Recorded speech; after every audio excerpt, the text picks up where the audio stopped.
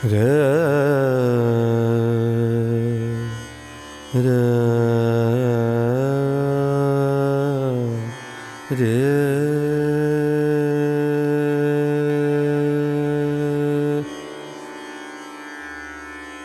मालव माटी गहन गंभीर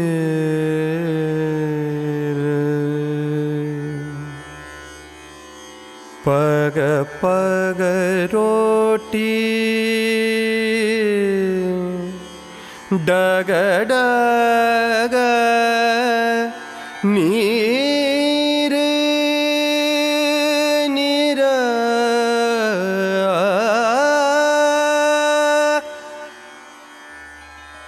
र र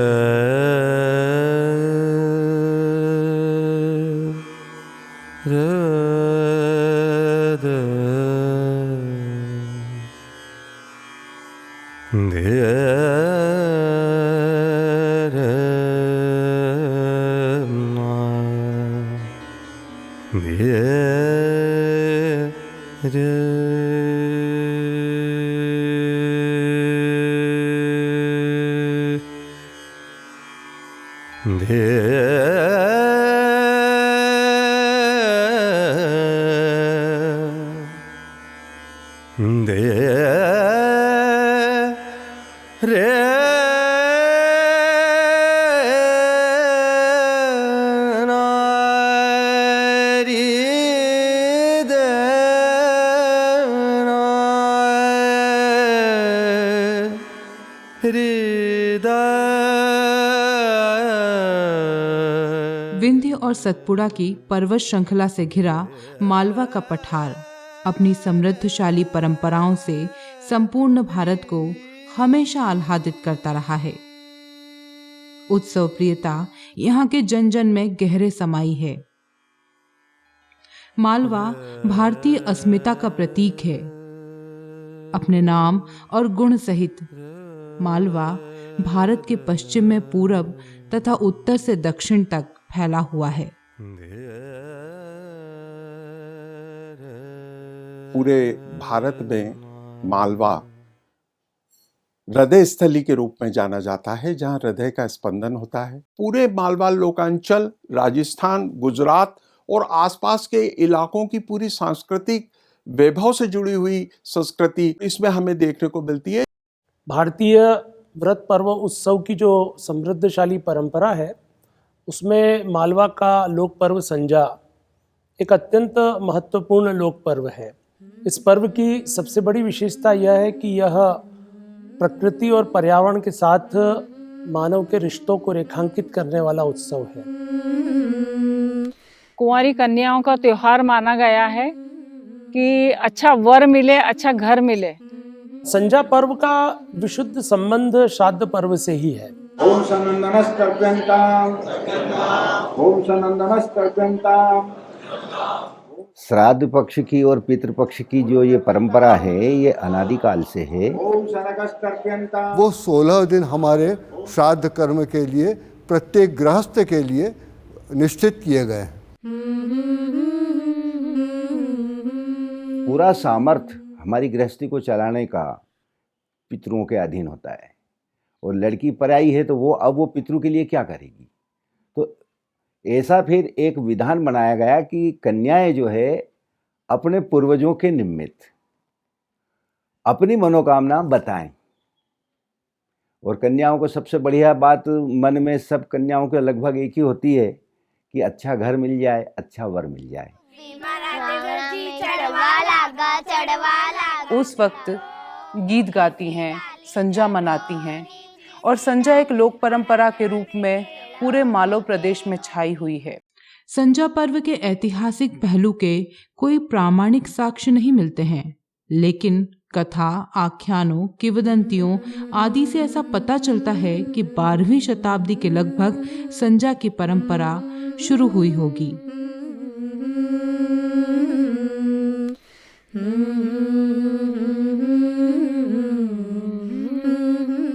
ये बात संजा के गीतों से भी स्पष्ट पता चलती है। संस्कृत भाषा के तत्सम शब्द संध्या का तद्भव रूप संझा है और मालवा में इसे संजा कहा जाता है। संजा की आराधना का समय दिन रात की संधि वेला में होता है, जब सूर्य अस्त हो रहा हो। इसी कारण इस पर्व का नाम संजा हुआ होगा। जो किशोरियां हैं, जिनका कि भावी जो है वैवाहिक जीवन आने वाला है, उसके एक पूर्व रंग के रूप में वे उपासना करती हैं। संजा का फैलाव मध्य प्रदेश के मालवा से शुरू होकर मध्य प्रदेश के निमाड़ और बुंदेलखंड अंचल के साथ ही राजस्थान, गुजरात, हरियाणा, उत्तर प्रदेश, महाराष्ट्र और नेपाल तक देखने को मिलता है।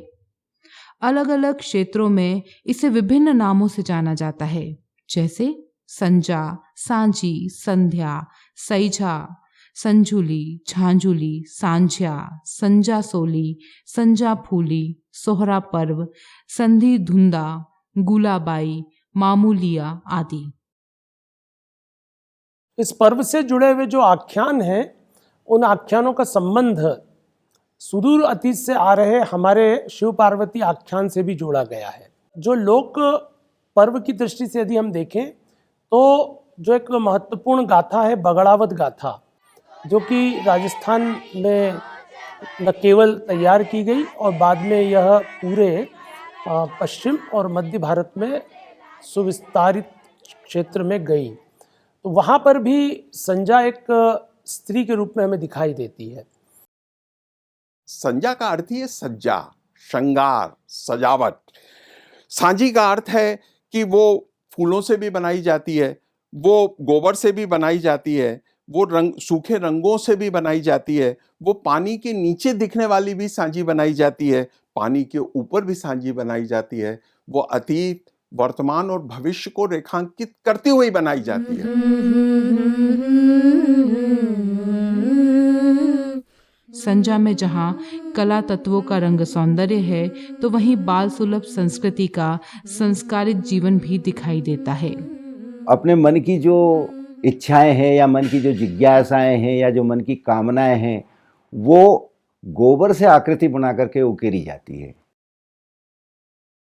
यह जो अवसर है, इसमें हम लोग ये देखते हैं कि पूर्णिमा से प्रारंभ होता है और क्रमानुसार जो है वो प्रतिदिन आकृतियां जो है नई नई बनाई जाती हैं और बनाने का जो तरीका है वो पारंपरिक है। गोबर एकत्र करती हैं, उस गोबर के माध्यम से भित्ति चित्र के रूप में जो कि त्रिआयामी अंकन होता है, उसके माध्यम से संजा बनाई जाती है। इसको गोबर से बनाने का मुख्य कारण एक तो गाय का गोबर होता है, बिल्कुल शुद्ध होता है, पवित्र होता है, आज का विज्ञान भी मान रहा है, और घर के सामने बनाया जाता है, मेन द्वार के पास बनाया जाता है। तो मेन द्वार के पास में जब वो चीज़ें बनती है तो घर के अंदर जब वहाँ से वो हवा जो अंदर प्रवेश करेगी तो वो बिल्कुल प्रदूषण मुक्त रहेगी। पहले दिन पाटला बनता है, चांद सूरज रोज बनते हैं और एक तारा बनता है, ध्रुव तारा। इनमें चांद सूरज को जो है भाई माना गया है। दूसरे दिन पड़वा का पंखा बनाया जाता है। ये एक पारंपरिक प्रतीक है परस्पर एकता, प्रेम और सद्भाव का। यही क्रम सभी तिथियों की संख्या में मिलता है। बीज का बिजोरा, बीज का जो चांद निकलता है, उसे देखकर बालिकाएं चांद जैसी आकृति बनाती हैं। कुछ कन्याएं सीधा बीज भी बनाती हैं, कुछ थोड़ा टेढ़ा बीज भी बनाती हैं। ये कन्याओं की अपनी कल्पनाशीलता पर निर्भर होता है कि वो आकृति का अंकन किस प्रकार करें। बनने वाली आकृतियों में चांद, सूरज और एक धुग्गू तारा बनाया जाता है। इस तारे को सूरज उगने के पहले हटा दिया जाता है या उसकी जगह बदल दी जाती है। ऐसा लोक विश्वास है कि सुबह कौवा बोलने से पहले इस तारे को नहीं हटाया गया तो लड़की के लगन निकलने में कठिनाई आती है। बाकी आकृतियों को शाम को खुरचकर एक टोकरी में इकट्ठा किया जाता है, उस जगह को लीप कर संजा की दूसरी आकृति मांडने के लिए। तीज का तिजोरा या घेवर। तीज के दिन तिजारा बनता है जो कि नारियल की आकृति का होता है। घेवर जो कि एक प्रकार की मिठाई है उसे भी अंकित किया जाता है जो गोलाकार होती है। चौथ की चौपड़ लड़कियों की खेल के प्रति अभिरुचि को दर्शाती है। चौथ को बनाए जाने वाला चौपड़ एक खास तरह का खेल है जो 4 लड़कियों द्वारा खेला जाता है। पंचमी के 5 कुमारा कुमारी। संजा पर्व श्राद्ध के दिनों में होता है, इसीलिए पंचमी और नवमी को मृत आत्माओं की पुण्य स्मृति को नमन करते हुए असमय काल कवलित होने वाले पारिवारिक सदस्यों की स्मृति में रथ में बैठे कुंवारे कुंवारियों को बनाया जाता है। छठ की छाबड़। छठ वाले दिन छाबड़ी बनाई जाती है। इसके स्वरूप में कहीं कहीं भिन्नता होती है। ये कन्याओं की इच्छा पर निर्भर होता है कि कुछ इसे गोलाई में बाहर की ओर कंगूरे बनाएं या कुछ छनगे बनाएं अथवा कुछ पांचे लगाकर सजाएं। सप्तमी का साथिया। सप्तमी को 7 संख्या में विविध प्रतीकों का अंकन होता है। साथिया मांगलिक अवसर पर बनाया जाने वाला शुभ प्रतीक चिन्ह है। अष्टमी का 8 पंखुड़ियों का फूल। कन्याओं के प्रकृति प्रेम को दर्शाता 8 पंखुड़ियों के फूल का अंकन कई प्रकार से होता है। कोई 8 त्रिकोणों को जोड़कर बनाती है, कोई गोलाई से 8 खाने बनाती है, तो कोई सिर्फ 8 लाइनों को गोलाई से जोड़कर बनाती है। नवमी के डोकरा डोकरी। अपने पूर्वजों को श्रद्धा सुमन अर्पित करते हुए कन्या अपने परिवार के उन सदस्यों को प्रतीक रूप में अंकित करती हैं जो इस संसार में नहीं हैं। इस दिन को डोकरा नवमी भी कहा जाता है। दशमी को जलेबी की जोड़ बनाई जाती है। जलेबी की जोड़ मालवा के मिष्ठान प्रेम का प्रतीक है। 4-4 जलेबी की जोड़ या एक गोल घेरा बनाकर उसमें कंगूरे, टिपके आदि लगाए जाते हैं। 11 की केल या मोर मोरनी 11 के दिन का पेड़ बनाकर उस पर चिड़िया बिठाई है, या फिर कहीं कहीं पर मोर की जोड़ बनाई जाती है। 12 का बंधनवार। 12 को बंधनवार अंकित होती है, जिसमें तिकोने आकार में ऊपर से नीचे क्रमशः 5, 4, 3, 2, 1 के संयुक्त रूप में अंकित होती है। ये घर की साज सज्जा की प्रतीक होती हैं।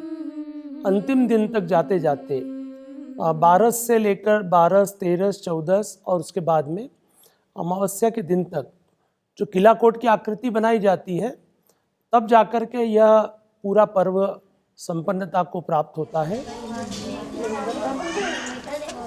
किला कोट में सारी जितनी भी संजा 12 दिन की बनती है वो संजा आएगी और एक कोट बनेगा जो संजा को विदा करने के लिए। कोट के अंदर सारी संजा बनाई जाएगी। संजा के लिए पालकी बनाई जाएगी, बैलगाड़ी बनाई जाएगी और संजा को लेने के लिए जो खोड़िया ब्राह्मण आता है वो बनाया जाएगा। जो सीढ़ियों पे खड़ा होता है सीढ़ियाँ भी बनाई जाएगी। इसके अलावा काजल टिक्की की डिब्बी बनाई जाएगी संजा के लिए, चूड़ियाँ बनाई जाएगी, बिछिया बनाए जाएंगे, गेहूं की कोठी बनाई जाएगी ताकि गेहूं की कोठी में उसको गेहूं ज्वार भर के और संजा के साथ विदा कर सके। पेली अरती राई रम झोल भाई ने भतीजा की अब छब जोड़ संजा थन पूजो चंपा कलिया सिंहासन मेलू साटो तम तो संजा बई बाटो तम तो संजा बई बाटो। संजा को प्रतिदिन बनाया जाता है और दूसरे दिन नई संजा बनाई जाती है। पहले दिन की जो भी आकृतियां उनको हटाया जाता है। तो जीवन जो है वह किस तरह से सृजन और विसर्जन का जो एक पूरा आयाम लिए हुए होता है, उसे भी प्रतिदिन यह प्रत्यक्ष करता है। जो हमारे प्राचीन मुद्राएं हैं उसमें भी इस प्रकार की आकृतियां बनाई गई। बहुत सारी ऐसी आकृतियां हैं जो कि समय के प्रवाह में दोहराई जाती हैं। कन्याएं जो है उस संजा से अपनी आस्था जोड़ करके अपनी मनोकामना पूर्ण करने के लिए उनका पूजन करती है, तो फिर वो उनके मंत्र वो गीत वाले हैं। छोटी सी संजा बेना लई फुलड़ा बरसावे जो लोकगीतों की परंपरा जो चली आ रही है उसमें संजा के गीत बहुत ही मायने रखते हैं। गांव में जो महिलाएं या जो युवा लड़कियां वो अपने मन की अभिव्यक्ति उसके द्वारा करती है। गीत बहुत सारे हैं कि एक जैसे संजा सहेलियों के साथ खेलने चली जाती है तो सहेलियाँ उसको बोलती है कि तू थारा घर जा, कि थारी माँ मारेगी कि कूटेगी कि डेली में दच कोड़ेगी। चांद गयो गुजरात की हिरणी का बड़ा बड़ा दांत, छोरा छोरी डर पेगा जी डर पेगा, डर पेगा जी डर पेगा, डर पेगा जी डर पेगा। आज भी बच्चियाँ गांव में जाती, चाहे वो 50 साल की महिला हो, 20 साल की युवती हो या 12 साल की लड़की, उसका छोटा भाई छोटी बहन दो जाएंगे। तो ये सारी सामाजिकता को, या कहना चाहिए कि मन के विकारों को रोकने का जो प्रयत्न है ये इसमें आया है। तो ये साहित्य है। लोक संस्कृति का पूरा आधार और प्राण उसके अनुभव से अभिगुंचित है। वे गीत हैं, लोकगीत हैं जो गाए जाते हैं। आप उन लोक गीतों को सुनिए।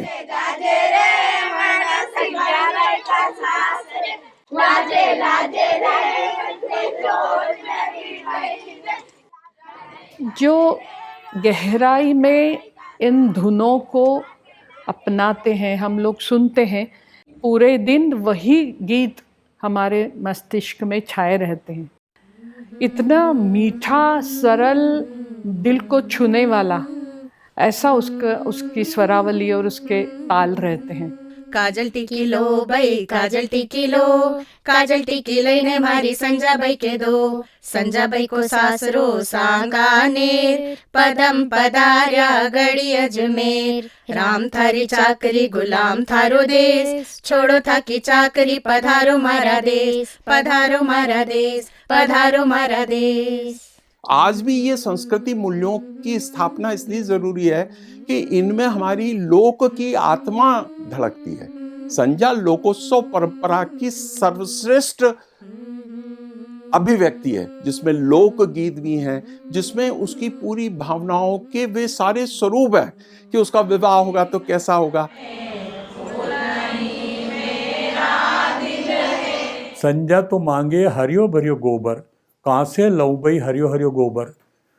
महारा बिराजी ग्वाला घरे जाए, ले बई संजा हरियो हरियो गोबर। संजा तो मांगे लाल लाल फुलड़ा, कहाँ से लाऊं बई लाल लाल फुलड़ा, कहाँ से लाऊं बई लाल लाल फुलड़ा। मारा विराजी माली घर जाए, मारा विराजी माली घर जाए। ले बई संजा लाल लाल फुलड़ा, ले बई संजा लाल लाल फुलड़ा। संजा तो मांगे दूध जलेबी, कहाँ से लाऊं बई दूध जलेबी। मारा दादाजी हलवाई घर जाए, मारा दादाजी हलवाई घर जाए। ले बई संजा दूध जलेबी, ले बई संजा दूध जलेबी, ले बई संजा दूध जलेबी, ले बई संजा दूध जलेबी। तो आप देखिए कि इसमें लोक जीवन, सामाजिक जीवन, हर जाति हर समाज के लोग जुड़े हुए। ये गीत लंबा होता जाता है। मैं लिख लिख भेजूं पिक्चर में, तुम आओगे कौन सी पिक्चर में। संध्याकाई को भेजो मिक्सचर में, हम आएंगे अमिता की पिक्चर में। लोकगीतों में निहित जो भाव हैं उनको दर्शाना एक सीधी सादी बोली में, बोली भाषा में जो शब्दों का प्रयोग होता है, उसको गीतों के द्वारा वो अपने भावों को दर्शाती है। अपने मन की जो बात थी लोकगीतों में प्रकट की और अपने हृदय का मक्खन सार समाज को अर्पित कर दिया, इसलिए वो लोकगीत। लेकिन वे लोकगीत साहित्यिक दृष्टि से कमज़ोर नहीं हैं, सहज हैं, सरल हैं। उसमें उतनी शास्त्रीय परंपरा का अनुशासन नहीं है, क्योंकि लोक अनुशासन नहीं मानता। और आप एक बात मान के चलिए कि पहले लोक आता है, उसके बाद शास्त्र आता है। जैसे संजा है तो उसकी बहुत प्रसिद्ध गीत है, छोटी सी गाड़ी गुड़किया जाए जिनमें बैठिया संजाबाई। घाघरो घमकाता जाए, चुड़लो चमकाता जाए, बिछिया बजाता जाए, बैज की नथनी झोला खाए, बैज की नथनी झोला खाए, छोटी सी गाड़ी रुड़कती जाए, छोटी सी गाड़ी रुड़कती जाए, छोटी सी गाड़ी रुड़कती जाए, छोटी सी गाड़ी रुड़कती जाए। उनका जो एक सीमित दायरा होता है उसी में शब्दों का प्रयोग और उतने ही सीमित स्वरों में और सीमित तालों का उपयोग करते हुए ये गीत बने हैं और इतने सुंदर गीत बने हैं कि वो भी हम लोगों को भी गुनगुनाने को जी करता है जो शास्त्रीय संगीत के गायक हैं या जानकार हैं। समाज में इन गीतों का मानवीकरण भी किया गया है जिसके माध्यम से ये हमको दिखाई देती हैं और आदिम समय से कहावतें हैं, लोक गाथाएं हैं, लोकगीत हैं, ये संजा के साथ गाए जाते हैं। शाम के समय वे उसकी पूजा करती हैं, विभिन्न प्रकार के गीतों को वहाँ गाया जाता है और मंगल प्रसादी के रूप में उन्हीं वस्तुओं को अर्पित किया जा रहा है जो उनके अपने अंचल की हैं, जो अपने आसपास के परिवेश की हैं। तो कहने का मतलब यह है कि कम से कम संसाधन में, कम से कम सामग्री में हम अपने जीवन में वो जो दिव्यता का जो अनुभव है वो किस प्रकार से प्राप्त करते हैं। संजा उसका दीवाल पर लौकिक साधारण पदार्थों से अंकन है, हल्दी है, कंकु है, ये सब रंग हैं, ये सारे इंद्रधनुषी रंग हैं। इसमें एक जो खोड़िया ब्राह्मण संजा को लेने आता है तो सहेलियाँ गाती है उसके लिए कि खुड़खुड़ रे म्हारा खोड़िया ब्राह्मण संजा के लेवा आयो थो। खुड़ रे तू खोड़िया बामन सांझी लेवा आयो रे, मारी संजा के अले खंगाली गले खंगाली, तिमणियों क्यों नी लायो रे, तिमणियों बेच तमाखू लायो, गुड़ गुड़ कर तो आयो रे, तिमणियों बेच तमाखू लायो, गुड़ गुड़ कर तो आयो रे, गुड़ गुड़ कर तो आयो रे, गुड़ गुड़ कर तो आयो रे। मतलब उसे ताने देती है उसको कि तू मेरी संजा के लिए टीके क्यों नहीं लाया, हाथ की चूड़ियाँ क्यों नहीं लाया, ये साड़ी क्यों नहीं लाया, ताकि मेरी संजा पहन सके। संजा के विविध आयामों को देखें, उसके आख्यान सूत्रों को देखें, इसके अवसर को देखें, इस अवसर पर बनाई जाने वाली आकृतियों को देखें, इस मौके पर प्रस्तुत किए जाने वाले गीतों को देखें। ये सब मिलकर के भारतीय संस्कृति की जो एक व्यापकता है उसको रेखांकित करने का मौका होता है। 16वें दिन विवाहित लड़कियां विधि विधान से संजा का उद्यापन करती हैं।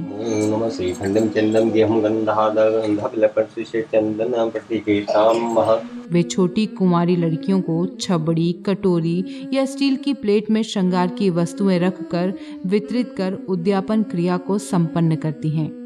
जब तक संजा का उद्यापन न किया जाए, विवाहित होते हुए भी उन्हें सुहागिनों में सम्मिलित नहीं किया जाता है।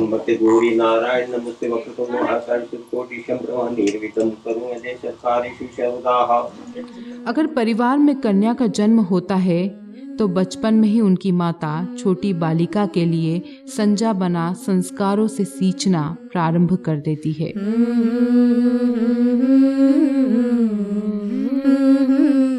आखिरी दिन संजा का विसर्जन किया जाता है। 16 दिन साथ रही संजा अब अपने घर को विदा होती है।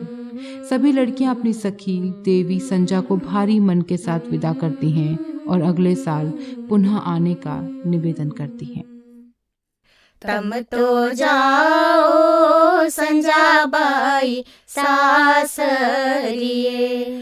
हाथी हट साल बंधाऊं, घोड़ा घुड़साल बंधाऊं, पालकी खूंटी टंगाऊं, हूँ तो नी जाऊं दादाजी मारा सासरिए, तम तो जाओ संजाबाई सासरिए, जाओ जाओ संजाबाई सासरिए, हूँ तो नी जाऊँ दादाजी मारा सासरिए, तम तो जाओ संजाबाई सासरिए, हूँ तो नी जाऊँ दादाजी मारा सासरिए।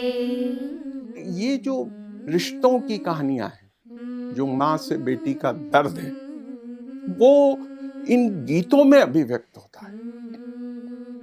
यानी आप देखिए कि संवेदना का वो झरना है। छोटी छोटी 7-8 साल की लड़कियां ये महसूस करती हैं कि वो एक घर में पली हैं, एक संस्कृति में पल रही। माता पिता ने उनको बेहद प्यार किया है और वो लड़की विवाह के बाद जैसे एक संन्यास होता है, पूरी जड़ के साथ दूसरे घर में रोक दी जाती है। भावनाएं हैं, देखो ये सब भावनात्मक चीज़ें हैं और ये भावनाएं जब तक जुड़ी रही और जहाँ जुड़ी हुई है वहाँ आज का वातावरण आपको सुख और शांति वाला मिलेगा। अगर हम अपनी जड़ों से जुड़े रहना चाहते हैं और अपनी संस्कृति को वाकई में चाहते हैं तो जैसे वेदों की ओर लौटना होगा, वैसे ही हमें संजा जैसे पर्वों की ओर भी लौटना होगा। हमारा सौंदर्य भी उतना ही महत्वपूर्ण है जितना कि हमारा धर्म भी महत्वपूर्ण है। इसलिए ये जो हमारे समस्त प्रकार के जितने व्रत हैं, पर्व हैं, त्योहार हैं, पितृपूजन हैं, ये सब हमारी उस जीवन की संपूर्णता को प्रकट करने वाले, प्रकाशित करने वाले हैं। और अगर आज कुछ ऐसा विचार किया जाता है कि हमारे जीवन में कुछ रिक्तता बोध हो रही है किन्हीं पक्षों में या किन्हीं पहलुओं में, तो हमें अपने अतीत के ओर भी जाना होगा। योगक्षेमम ब्रह्मम की तरह उस दिए को की वो संजा के दिए की वो बाती केवल आरती नहीं है, बल्कि हमने उसको दोनों तरफ से अतीत और वर्तमान से सहज कर वर्तमान में रखा है ताकि आने वाली पीढ़ी भी उसको देख सके और जो बीत गई है हमारे सामने वो भी सहज के रख सकें। क्योंकि काल और कुछ नहीं होता, सिर्फ वर्तमान मुझे लगता है कि होता है। और जिसने वर्तमान में अपनी संस्कृति को, अपनी सभ्यताओं को, अपनी लोक परंपराओं को, अपने विश्वासों को और अपनी भौतिक और अभौतिक संस्कृति की सहजता को बनाए रखा है, इसीलिए भारतीय संस्कृति आध्यात्मिक गुरु के रूप में है। इस संध्या को राष्ट्रीय कन्या उल्लास दिवस के रूप में अगर ये प्रवाहित किया जाता है और इसका जो स्वरूप है राष्ट्रीय स्तर पर अगर पहुंचाया जाता है तो बहुत बड़ा हमारा संस्कृति का अवदान होगा इस देश के लिए। 2 साल कोविड के हमने बड़े ही कष्टों में काटे। ईश्वर ने हमें बार बार मौके दिए हैं संभलने के। हमें अपनी जड़ों की तरफ वापस लौटना चाहिए। जैसे अभी हमने बात करी गोबर की, गोमूत्र की, संस्कृति की, मिलने जुलने की, हमें मिलने जुलने की अहमियत भी समझ में आई। हमारे जो पूर्वज थे उनने जो ये विधान जो बनाए हैं, जो रीति रिवाज बनाए हैं, ये निरर्थक नहीं है, इनके पीछे अर्थ हैं। लेकिन समझ लो या तो हमारी जिज्ञासा नहीं रही, लोगों का इस तरफ रुझान नहीं रहा, तो ये परंपराएं जो है धीरे धीरे जो है ये धूमिल जैसी स्थिति में पहुंच गई है। तो लेकिन ग्रामीण अंचलों में आपको ये अभी बरकरार मिलेगी, शहरों में तो ये नहीं होता है। ये हमारी अमूल संपत्ति और संपदा है। आने वाली पीढ़ियां विश्वास नहीं करेंगी किस तरह से उन्होंने अपने सपनों के रंगों को आकार देकर उन दीवालों को वीथिका और कैनवास की तरह उस खाली स्पेस पर पूरी सृष्टि और पूरी दुनिया और पूरी संस्कृति और पूरी सभ्यता को एक फ्रेम में उकेर दिया।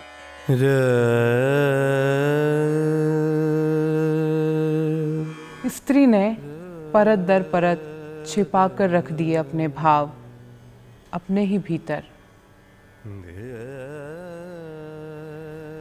फिर कुछ कुछ निकालती रही तीज त्योहारों पर। उसकी मर्जी जब कहीं नहीं चली तो उसने गोबर से उकेर दिए चांद और सूरज। दीवार को सजाया हरे गोबर से संजा बनाकर। बिटिया की खामोशी सबको लगी प्यारी, तो खुद को व्यक्त कर दिया उसने संजा के गीतों में। संजा तू थारे घरे जा, अपने सपने, अपनी कला, अपना बचपन शादी से पहले खमा दिया उसने उत्साह के साथ। संजा तू थारे घर जा कहते हुए छोड़ दिया उसने अपने एक घर को।